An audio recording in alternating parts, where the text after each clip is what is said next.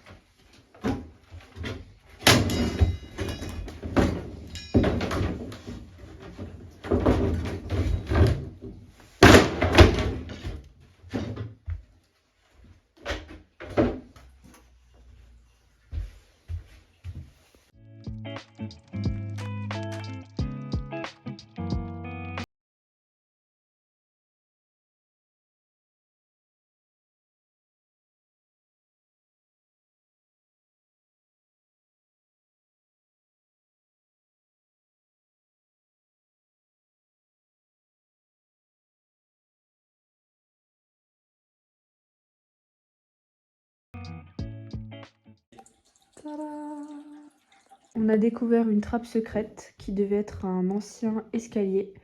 Malheureusement pas de trésor dans cette trappe, mais voilà, c'est assez rigolo de voir comment était faite la maison avant.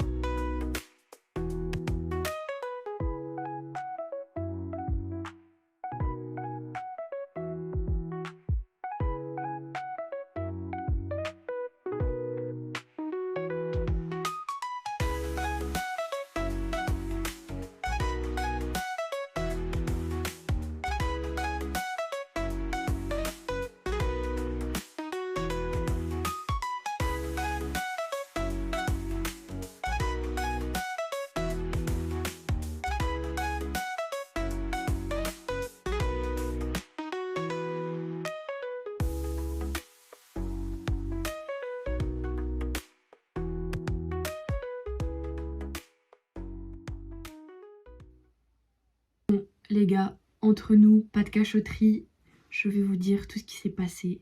Pourquoi il n'y a pas eu de vidéo la semaine dernière, pourquoi on a pris du retard dans les vlogs du chantier. Tout simplement parce que je suis tombée malade et Michel s'est fait mal au dos. Donc nous avons pris la décision que le week-end qui vient de passer, là, nous n'allions pas mettre un seul pied au chantier. Ce que nous avons respecté. On avait besoin de prendre une pause. Ça fait 1 mois qu'on y va tous les week-ends non-stop, qu'on passe plusieurs heures dans le chantier, dans la semaine. Et là, notre corps a dit stop, que ce soit au niveau du stress ou même physiquement, on avait besoin de se reposer. Donc c'est ce qu'on a fait ce week-end. Là, on est lundi 10 mars quand je vous parle et on a prévu de retourner à la maison seulement samedi. Entre-temps, j'ai réussi à obtenir une carte de déchetterie grâce à un collègue. Mon père a une deuxième carte de déchetterie qu'on pourrait utiliser. Du coup, ça ferait 4 passages pour ce mois-ci. Et j'ai commandé une carte de déchetterie en notre nom avec Michel pour qu'on puisse aussi obtenir 2 passages. Donc ça ferait potentiellement 6 passages gratuits à la déchetterie ce mois-ci. On va essayer d'en faire quelques-uns ce samedi avec nos voitures. On réfléchit à plusieurs choses, donc n'hésitez pas à nous conseiller en commentaire. Soit on achète un véhicule de chantier, carrément, on achète un partenaire d'occasion évidemment, qu'on revendra à la fin des travaux d'ici 1 ou 2 ans, donc on ne perdrait pas trop d'argent dessus. Ou alors on loue des bennes. Là j'ai déjà fait quelques devis, et c'est vrai que c'est assez cher. Il faudrait la mettre devant la maison, ce qui empêcherait d'autres personnes de se garer, donc ça embête les voisins. Ça nous coûte de l'argent, et ça augmente au fur et à mesure des jours où on laisse la benne à l'extérieur, donc ça peut revenir très très cher. Par exemple, pour une benne de tout venant, c'est 230 € par tonne de déchets, sachant qu'il y en a plusieurs, et 3 € par jour de location de la benne. Donc vous voyez que ça peut chiffrer très très vite, et il y a encore un surcoût pour le fait qu'il la dépose et qu'il l'enlève devant chez nous, etc. Bon bref, ça peut revenir entre 1500 et 4000 € pour plusieurs bennes et pour enlever tous les déchets. Enfin, c'est ce que nous, on a estimé. Donc la question qu'on se pose, c'est est-ce qu'on va fonctionner avec des bennes? Est-ce qu'on va plutôt louer un véhicule? Si oui, auprès de qui? Ou est-ce qu'on va plutôt en acheter un pour nous et le revendre à la fin des travaux? Donc si vous êtes expert en travaux, que vous avez déjà ce type d'expérience, n'hésitez pas à nous dire en commentaire. J'ai également fait faire un devis pour retirer la cuve de fioul que nous voulons faire disparaître, parce qu'on ne veut plus mettre de fioul et parce qu'on veut changer tout le mode de chauffage. De toute façon, la cuve était beaucoup trop grande et beaucoup trop ancienne. Donc là, j'en ai pour à peu près 900 € normalement. À voir si on valide ce devis avec cette personne. Il m'avait l'air très correct, donc pourquoi pas. En tout cas, on avance petit à petit quand même sur l'administratif sans être forcément physiquement sur le chantier. On reprend ça seulement samedi et je rallumerai la caméra à ce moment-là.